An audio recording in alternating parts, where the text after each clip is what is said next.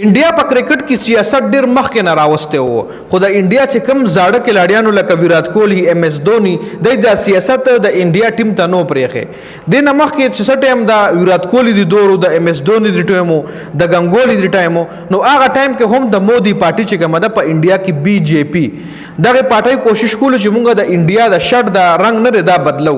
بلو نه بدلو سافرون کلر کې سافرون کلر دا سه رنگ د چې هغه د پارټي جنډې سره سمون خو څنګه چې د پی ټی آی جنډه ده څنګه چې د ای ان پی جنډه ته کسره جنډه ده نو دغه رنگ دغه چې کومه د پارټي جنډه ده نو دوی موږ د شرټ کلر هم دا سه کو چې زموږ د پارټي د جنډې سره سمون خوري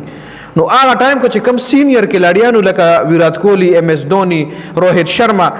هربجان سنگ دوی ولا انکار وکړ چې وروره دا څه چلو چې دا دغه م بدلوا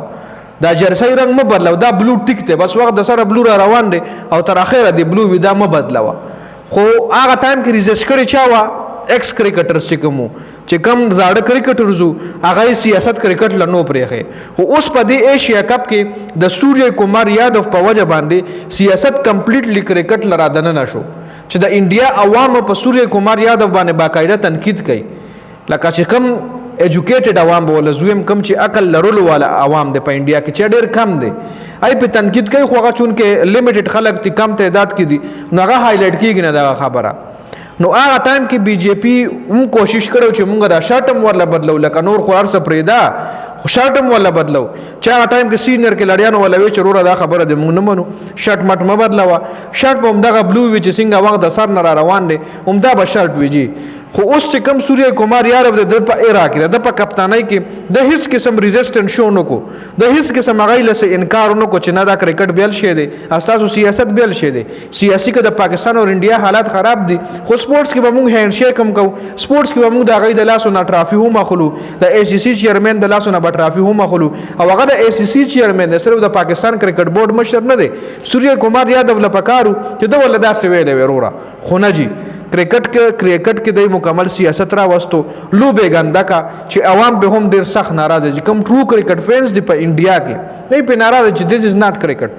this is not a true sportsmanship spirit ایو کلیر ان کټ خبره کوي وروره وړ کم خلک تاسو لموي ځکه د بی جے پی چې کومه پارټي ده دا مودي پارټي ده او مودي چې کوم دی یو سترانګ ناغه مطلب داس دی چې لکه یو قسم دا ډیر مضبوط پارټي دی راغه په دغه کې اسټابلیشمنت سره دغه تعلقات خدي او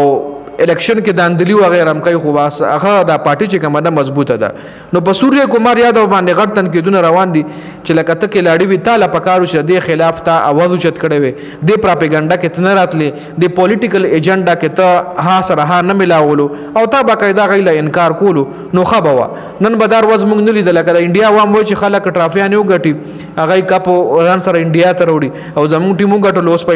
اوس په مینته هم کوي سوري وم ولا یو ټرافي ولا ملو نو بالکل ټرافیک خلک وګټي په ګراوند کې چې کم د ټرافي سلیبریشن ویا بیا په ټولو کې او په کورونو کې نشي کوله او چې د ټرافي انډیا کرکټ ټیم ته ملو شي نو د دومره مزه نشته څومره مزه بچ دی هغه ټایم انجوای کړي و څومره بچ دی مزه د سلیبریشن هغه ټایم کې اشتلی و خو نه